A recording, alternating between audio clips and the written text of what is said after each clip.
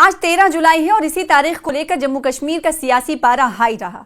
सियासी पारा इसलिए हाई रहा कि जम्मू कश्मीर सरकार हो या फिर अहम पार्टियां पीडीपी, इन तमाम लोगों ने पहले ही ऐलान कर दिया था कि 13 जुलाई की तारीख को 1931 में इनके मुताबिक जो शहीद हुए कश्मीरी थे उस हवाले से यौम शोहदा मनाने का ऐलान किया गया था। जिसके बाद जब 13 जुलाई की तारीख करीब आई, यानी आज 13 जुलाई का दिन है, तो इस मौके पर अलग अलग पार्टी नेताओं की तरफ से, अलग अलग पार्टी लीडरान की तरफ से सोशल मीडिया एक्स पर ट्वीट किया गया है, क्योंकि इस वक्त इन तमाम नेताओं की तरफ से कहा जा रहा है कि अपने अपने घरों में हाउस अरेस्ट कर दिए गए हैं या फिर 13 जुलाई की मुनासिबत से उनके ऐलान के हवाले से इजाज़त नहीं मिलने पर नाराज़गी का इजहार करते हुए नजर आए हैं। 13 जुलाई 1931 में आपको बताएं कि जो डोगरा शासन था, डोगरा दौर इख्तिदार था, उस वक्त 22 कश्मीरियों पर गोली चलाई गई थी, जिसके तनाजुर में ये तमाम पार्टियां, खासकर एनसी और पीडीपी, अपनी पार्टी, इन तमाम लोगों ने यौम शोहदा मनाने की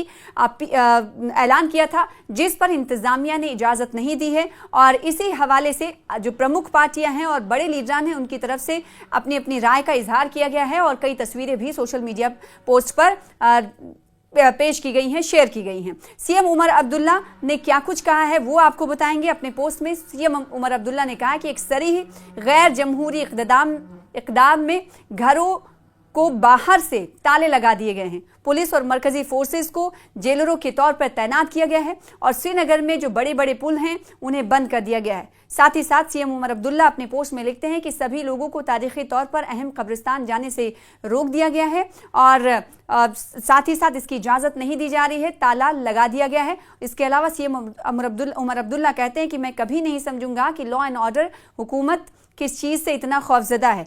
ये कहते हुए नजर आ रहे हैं सीएम उमर अब्दुल्ला कि आखिर हुकूमत किस वजह से, प्रशासन किस वजह से खौफजदा नजर आ रही है, जिसकी वजह से तालाबंद किया गया है। और वहीं जेकेएनसी के कई कारकुनान आपको बताएं कि सड़कों पर भी उतरते हुए देखे गए। 13 जुलाई 1931 के हीरोज़ को खराज तहसीन पेश करने चाहते थे और जिसकी इजाज़त नहीं मिलने पर ये तमाम अरकान सड़कों पर उतरे और उन्होंने इन तमाम एनसी कारकुनान ने कहा कि नारा भी लगाया और मुखालिफत करते हुए कहा कि जमहूरियत का मजाक उड़ाया जा रहा है और साथ ही साथ इसलिए वो पुलिस और इंतज़ामिया को शदीद मजम्मत का निशाना बनाते हैं। ये तमाम कारकुनान की तस्वीर आप टीवी स्क्रीन पर देख पा रहे हैं। इसके अलावा डिप्टी सीएम ने भी सोशल मीडिया एक्स पर एक पोस्ट किया। उन्होंने लिखा कि जम्मू कश्मीर में जमहूरियत की अफसोसनाक हालत है। पुलिस ने कश्मीर के गुपकार रोड पर वाक़ मेरी रिहाइश गाह के मेन गेट को ताला लगा दिया है, ताला चढ़ा दिया है। साथ ही वो लिखते हैं कि अवामी जज्बात को मजरू करने की कोशिश में मुंतखब नुमाइंदों को घरों में नज़रबंद कर दिया गया है और मुंतखब नुमाइंदे घरों में नज़रबंद हैं। इसके अलावा पीडीपी की प्रमुख पीडीपी की चेयरपर्सन महबूबा मुफ्ती ने भी ट्वीट किया है, तस्वीरें भी पोस्ट की हैं सोशल मीडिया एक्स पर। उन्होंने कहा कि जिस दिन आप हमारे हीरोज़ को, यानी जैसा कि हमने आपको बताया कि 13 जुलाई के दिन यौम तहसीन खराज अक़ीदत के तौर पर ये दोनों पार्टियां एनसी और पीडीपी ने पहले ही ऐलान किया था कि इस दिन को वो यौम शोहदा मनाएंगे, जिसकी इजाज़त नहीं मिली गई, इसको लेकर आपको बताएं कि एनसी ने कहा था कि एलजी इंतज़ामिया को उन्होंने ख़त भी लिखा है और वहीं इस पर पीडीपी का रद्दअमल भी सामने आया है। आज के हवाले से उन्होंने लिखा है पीडीपी प्रमुख महबूबा मुफ्ती ने कि जिस दिन आप हमारे हीरोज़ को अपना मान लेंगे, जिस तरह कश्मीरियों ने आपको अपनाया है, उस दिन महात्मा गांधी से लेकर भगत सिंह तक, जैसा कि वजीर आजम नरेंद्र मोदी ने एक बार कहा था कि दिल की दूरी वाकई ख़त्म हो जाएगी। ये लिखती हैं, कोट करती हैं महबूबा मुफ्ती। और इसके अलावा उनकी बेटी और पीडीपी लीडर इल्तिजा मुफ्ती ने भी ट्वीट भी किया है, सोशल मीडिया एक्स पर पोस्ट भी किया और साथ ही साथ घर में बैठकर एक वीडियो भी रिकॉर्ड किया है। उस वीडियो को भी आपको सुनाएंगे और बताएंगे कि उन्होंने क्या कुछ कहा है। सबसे पहले आइए बताते हैं आपको कि पीडीपी लीडर इल्तिजा मुफ्ती कहती क्या हैं। 13 जुलाई की मुनासिबत से उन्होंने लिखा, और यहाँ पर यह भी बताना ज़रूरी है कि दोनों पार्टियों के दरमियान, एनसी और पीडीपी के दरमियान होड़ भी मची हुई देखी गई। हमने देखा कि गुज़िश्ता दिनों की यौम शोहदा के हवाले से पीडीपी का स्टैंड ये है, तो झंडा अलग दोनों पार्टियां बुलंद करती हुई नजर आई। और इसी सिलसिले में आज पीडीपी लीडर इल्तिजा मुफ्ती ने सीएम उमर अब्दुल्ला पर, एनसी सरकार पर तनकीद का निशाना उन्हें बनाया है। पीडीपी लीडर इल्तिजा मुफ्ती ने 13 जुलाई को सीएम उमर अब्दुल्ला की कश्मीर से गैर मौजूदगी पर सवाल उठाए हैं। इल्तिजा मुफ्ती ने इल्ज़ाम लगाया है कि जब वो इख्तिदार से बाहर थे तो एनसी ने कुछ और ही दावा किया था, लेकिन इख्तिदार हार हासिल करने के बाद वही एनसी 13 जुलाई को अपने मौक़िफ़ से हट गई है। सुनिए। अस्सलाम वालेकुम। आज 13 जुलाई के दिन हम सबको नजरबंद किया गया है और मजार के जो गेट्स हैं उन पे बड़े बड़े लॉक्स लगाए गए हैं। कल भी वहां बहुत ज्यादा सिक्योरिटी थी, लेकिन कुछ ना कुछ करके आई मैनेज टू गो। आज अफसोस की बात यह है कि जम्मू कश्मीर में इलेक्शन से पहले और इलेक्शंस के बाद कोई बदलाव नहीं आया है।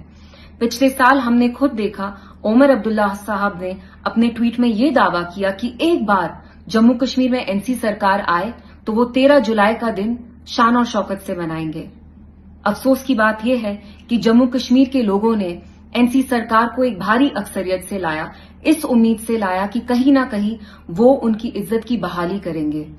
लेकिन आज वही एनसी सरकार, वही ओमर अब्दुल्ला साहब चीफ मिनिस्टर बन के दिल्ली में बैठे हुए हैं, जानबूझ के बैठे हुए हैं। He chose not to be in Srinagar, he chose to be in Delhi.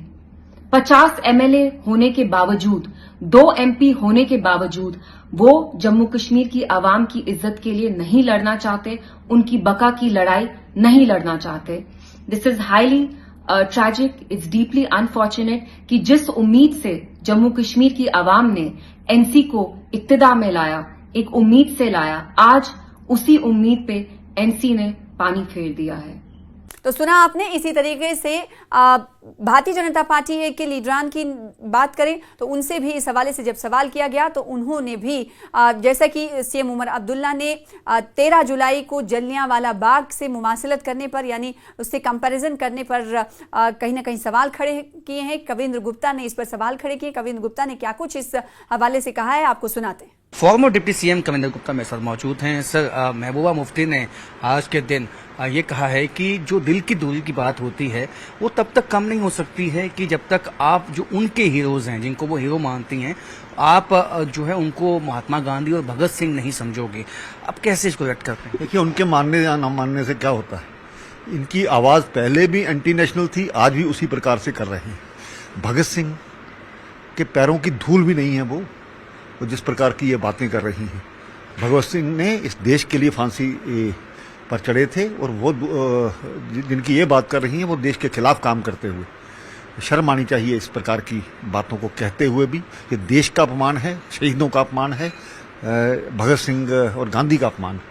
उन्होंने ये भी कहा है कि आज के दिन जिस तरह से रास्ते जो है वो बंद किए गए हैं, कईयों को जो है नज़रबंद किया गया है अपने ही मकानों में, और कई जगह जाने पे पाबंदी है, ये अपने आप में बताता है कि कहीं ना कहीं जो है ये किस तरह से दबाव जो है वहाँ लोगों पे डाला गया। ये देश के दुश्मन, जम्मू कश्मीर के दुश्मन, आतंकवाद के समर्थकों का यही हाल होना चाहिए, इससे बदतर हाल होना चाहिए। तो देश के दुश्मन जो हैं उनका हाल ऐसा ही होना चाहिए। और ये कहा है कि भगत सिंह के पैरों की धूल भी नहीं है वो लोग जिन्होंने देश के खिलाफ खड़े होकर आवाज उठाई थी।